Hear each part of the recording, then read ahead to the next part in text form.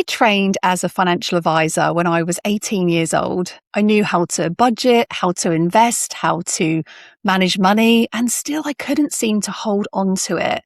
I could make the financial plan. I could understand exactly what I was supposed to do. I could probably have taught somebody else how to do it. But when it came to my own relationship with money, there was always something else just kind of going on.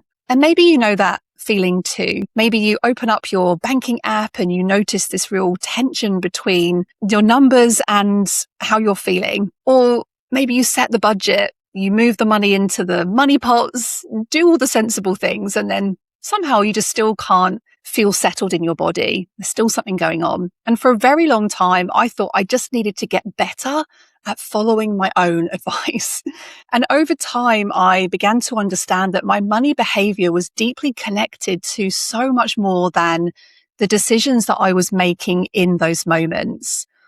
It was deeply connected to safety, to relationships, to the things that I learned growing up, and to what my body actually expected, and to the wider systems, societal systems that I had lived inside. And the books that helped me to understand all of this were not personal finance books. One helped me to see how I related to money. One helped me understand the different parts of me pulling in often opposite directions.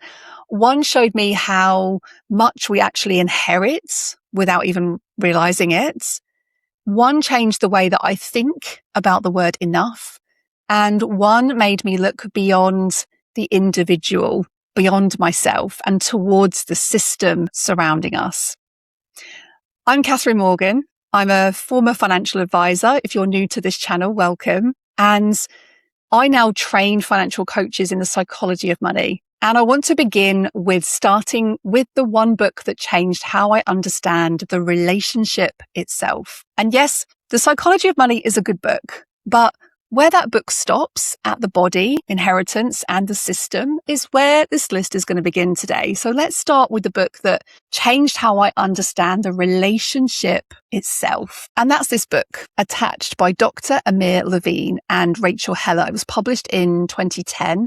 It's a book about adult attachment in romantic relationships. There isn't a single page about money in this book. It's on this list because attachment patterns may also show up in the way that you relate to money. Attachment theory says that the way that we bonded with our earliest caregivers actually shapes how we behave in relationships today, whether we can rest in them, whether we can brace for withdrawal, whether we move close, or whether we keep ourselves distant to stay safe. And we often relate to money as though we were in relationship. It comes and it goes, and it can be withheld. It can be given as a gesture of love or used as control. And so it carries the same charge.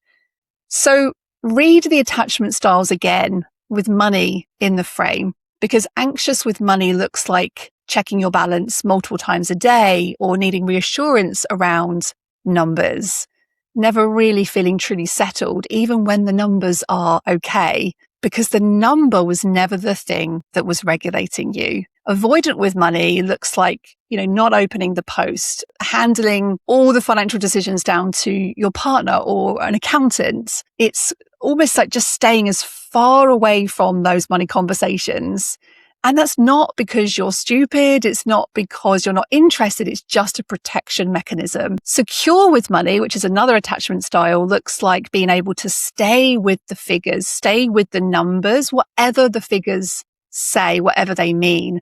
And this is why often financial advice doesn't work, because a budget alone, numbers alone can't resolve in a nervous system that reads money as unsafe. The plan is asking you to stay very present in exactly the place that your body's learned to leave. So it makes sense. And I'm actually going to create a full series on money and attachment, exploring each of these patterns in more detail and what helps them to shift.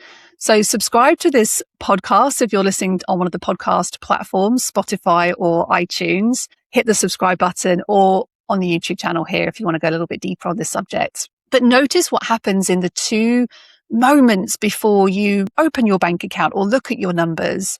Not what you think, not from the minds, not from the logic, but what happens in the body, what happens in your chest, your jaw, your stomach. Notice. Your body keeps the score.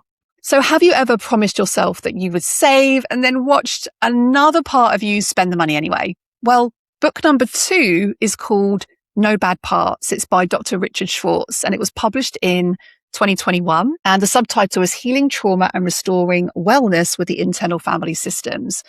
Now, internal family systems is a beautiful therapeutic model. And if attached and those attachment styles relates to you, or maybe you've read that book, that explains how you relate to money. This one explains why you are at conflict with yourself about it. And I know for sure, if you're listening to this, there's probably this part of you that wants to feel safe, and there's another part of you that does feel the fear. There's a part of you that wants to save, and there's a part of you that wants to spend. And what Richard Schwartz's premise is all about is that the mind isn't one single thing. You are not one single thing. You're made up of parts, and each of these parts has formed at a very particular moment for a very particular reason, carrying a very particular job. And his central claim is that there are no bad parts. Even the parts that look like you're self-sabotaging, they are protecting you. And they're using a strategy that is available to that part that is going to protect. So think about bringing money into this right now. One part of you wants to save, controls and prepares for every single possible disaster, every single possible consequence. The stock market crashing, losing your job, being single. Your mind is preparing you for those scenarios. But then there's this other part of you that sometimes has a voice that spends because it just wants instant relief, or it wants that instant dopamine hit, that instant pleasure or proof that I do deserve this.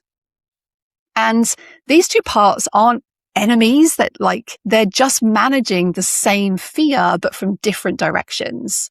One is building this protection wall, against the future. What if something happens? And the other part is making the present moment just survivable. So both are protecting something younger underneath that just hasn't felt safe. And for different reasons, they can come up during different times in our life. And this is why willpower doesn't work. It's not about willpower. You're being essentially told to then defeat the part of you that spends. And you can't win in a war against yourself, because there is still that part of you that is there to protect something. So it actually gets us to look at ourselves and these various parts through the lens of love and self-compassion. And this curiosity lens, I think, is such a beautiful way of looking at these different parts rather than us, beating ourselves up about decisions that we've made around money. And why this book matters to me more, I think, than any of the others on my list is that there are no bad parts. And in the same way that there are no outsiders, nothing in you needs to be ignored. Nothing in you needs to be right. Nothing in you needs to be wrong. It's all about safety, and it's all about being aware of those different voices, those different parts of you that want different things. And that's okay. And this book has been so influential to me. I've gone on to study parts work, and it's something I fully integrate now into all of our programs for that very reason. And you can get a taste of this inside our Body of Wealth mini course. It's a 3-hour mini course that helps you map your one core money belief in your body and begin to bring awareness to where this may come from and how you can release it. I'll pop a link in the notes and on the screen right now if you're watching this on video, just to get a little taster of this work. So I want you to notice which part of you is speaking the next time you make a decision about money. Not what it decides, but what is it speaking? What is it trying to communicate? What is it trying to keep you safe from? And this leads me on to the next book, because some of your strongest money beliefs may not have even started with you or a part of you. And that book is called It Didn't Start With You by Mark Woolen. This was published in 2016. how inherited family trauma shapes who you are and how to end the cycle. Now, I'm trained in Mark's modality and it is exceptional. One of the things I am very gifted at is listening to people's language. And this is exactly what this book is all about. It maps into one of the most influential gateways in our entire relationship with money, which is through our language. And what Mark talks about in this book is that the patterns that we carry often didn't even start with you. They began one generation, two generations back in something that was either unresolved or unspoken about. And they arrived within us through DNA, through epigenetics, and into our bodies. And so some of the feelings that you may be experiencing around money may not belong to you. And just take a moment to think about that. Like the science of how trauma travels, poverty, bankruptcies in families, life experiences where money has not been available in previous generations.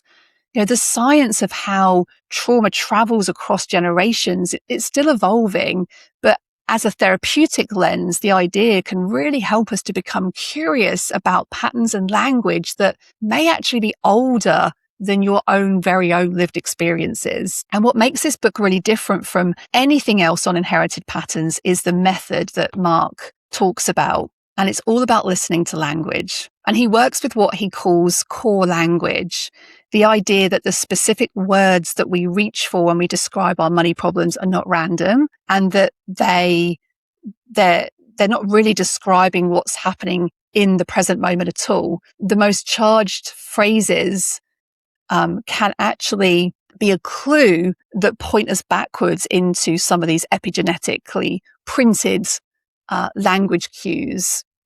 And it gets you really thinking about listening to how people talk about money. When people say things like, it's never enough, it'll all be taken away, I'll never be secure. These are language patterns. So I remember a client said to me once, she said, I have a deep fear that it's all going to be suddenly taken away. And so using Mark's method, I asked her, when did someone have an experience of something being suddenly taken away? And instantly she was like, my grandfather, he had a heart attack and he died suddenly. And it opened up this pattern of sudden loss, this like fear, this bracing of something's going to happen. So I have to keep hoarding and saving just in case something happens. And it's unexpected. And then everything will be taken away from me. And it was just phenomenal. And so often these language patterns, these things that we say, they're not just descriptions of how we're feeling. They're emotionally charged phrases that often carry these older blueprints. It's stored language. And it's so, so fascinating. And this is why money shame that we sit with can be so heavy, because you're essentially being asked to take personal responsibility for a pattern that predates you in a language that you didn't choose from an event that you may not have even been part of. And these are what I call borrowed beliefs that you have been carrying, and it's not your fault. And it's not their fault either.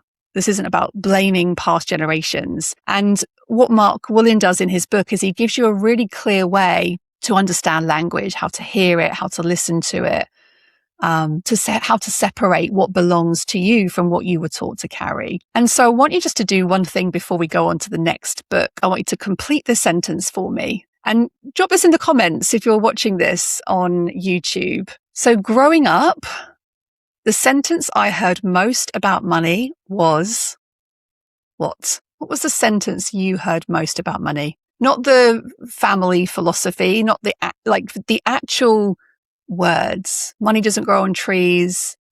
People like us don't get that. We can't afford that. What did you hear growing up around money? And then notice how many other people grew up hearing a version of the same thing. Like so many of us grew up hearing similar things. And this is part of our core language. But sometimes the language can give you clues into other areas.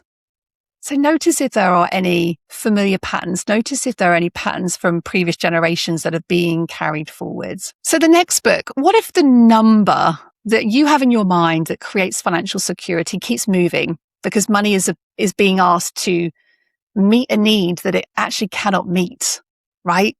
This is all about how we feel around the concept of enoughness, this emotional state of, am I going to have enough? And this is where my next book, The Power of Enough, that's by Elizabeth Herschel, published in 2025, Finding Joy in Your Relationship with Money.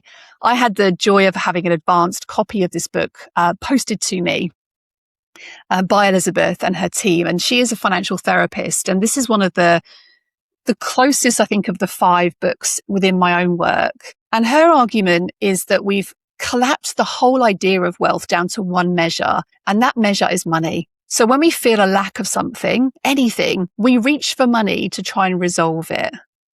And money cannot resolve most of it. And she works with this idea that wealth is a set of needs met: rest, belonging, beauty, meaning, safety, autonomy. Money touches some of those things, but it can't touch all of them. And Elizabeth talks about how this is why the scarcity feeling doesn't resolve itself with having more money, because people keep moving the number. So they'll reach what they think is financial security or financial freedom or financial independence. And then all that happens is that measurement, that yardstick, if you like, just moves, because the feeling was never being generated by the number. And I see this constantly. Women with genuine financial security and a body that has never once felt secure. Which brings me to the question I ask more than any other that sits in this work. What do you make money mean? Because whatever you make it mean is the job that you're asking it to do. And if you've made money mean safety or worth or permission to rest, then no figure is ever going to be enough, because those feelings aren't held in the bank. Money materially affects our safety, choice, our quality of life, yes. But beyond meeting those, what Maslow calls his hierarchy of needs, the basic security, beyond that, no amount of money can guarantee that internal feeling of enough. That feeling doesn't automatically arrive when the money arrives. Trust me, I've worked with lots and lots of people who have millions of pounds in the bank account. And that's not a reason to stop building wealth. Build it, of course, and stop asking it to do a job that it was never able to do. Notice where in your life you already have enough. And that's where we find that source of that feeling of enoughness. So the first 4 books look inside of you. The 5th book I'm going to share with you, which I adore, actually is really focusing on whether the problem was entirely yours. And it's called Conscious Capitalism by John Mackay and Raj Sidodia. And it was published in, again, quite recently, 2013. And this is the book on my list that arguably the most I think explains a lot. And in this book, the writers and the authors make this case that business can be a genuine force for good, that companies with high purposes that have positive visions and impacts in the world, that serve everybody, not just their shareholders, actually outperform and they do less harm in the world. And it's really shifted how I think about running my own company. And their position is that the system reforms itself from the inside through better business. So my position is that financial inequality is, it's structural. There are reasons in our society that women have been pushed out of money conversations, that we have laws. In Jersey, for example, we still don't have a pension sharing law, which is ridiculous. And the way that these systems have been designed push wealth away from women. And what I love about this book is it really got me thinking about how better behaved companies can actually start to undo these structures. And this is the reason this book belongs in my list. And it really helped me to ask myself different questions inside my own business, like, not just is this profitable, but who benefits from this decision? Who carries the cost of this decision? What kind of system am I reproducing by making these decisions? And it really got me thinking about capitalism in a very, very different way. So the first 4 books look at how you relate to money, why you might be in conflict, what you've inherited and what you're reaching for. All of that lives inside of us. Like, what is the culture, the society, the lens that we are stood inside? Because your money behaviours doesn't form like inside a vacuum. It is formed inside our economies. It's formed inside these systems, tax systems, legislative systems, and a whole bunch of assumptions about who is supposed to hold wealth and who's supposed to manage the housekeeping, when you're supposed to retire. We're in a system that tells us we should be retiring at 65 and playing golf and, not doing anything, not working. Well, take a moment to reflect just on that. What did the system that you grew up inside decide about you before you even had a chance to have any say in it at all? And so I think it is a really important lens to look at. So putting these books together, I really think this is just a beautiful concoction, if you like, of, revealing the shape of our relationship with money, looking at the relational side, looking at how we have protective mechanisms that try and protect us from conflict, looking at the inherited stories and patterns through our language, really looking at that deep sense of what is enough. And then all of it sitting inside this wider systemic economic system. And we need both. We need both the inner and the outer view, because when we focus just on personal healing, then we risk actually turning structural problems into personal failings. And when we focus only on the systems, we miss the patterns playing out inside of ourselves.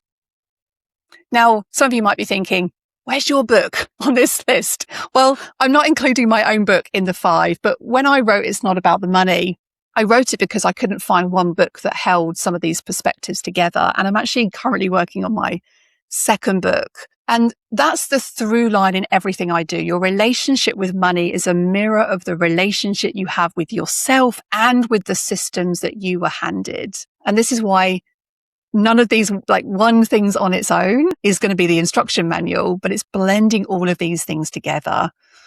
And if this way of thinking about money really resonates with you, come and join us in the Money Circle. Once a month, we've just opened up this space where I'll send you a deeper resource on the psychology of money and some of the money and nervous system work, the somatic side of money. And come and join me in a live, beautiful online deep conversation about money. It's completely free. I'll pop the link in the description wherever you're listening to this. I'd absolutely love to see you there. And I hope that you go on to enjoy some of these books. And I'll see you on the show next Monday. Remember, it's not about the money. See you next week, guys.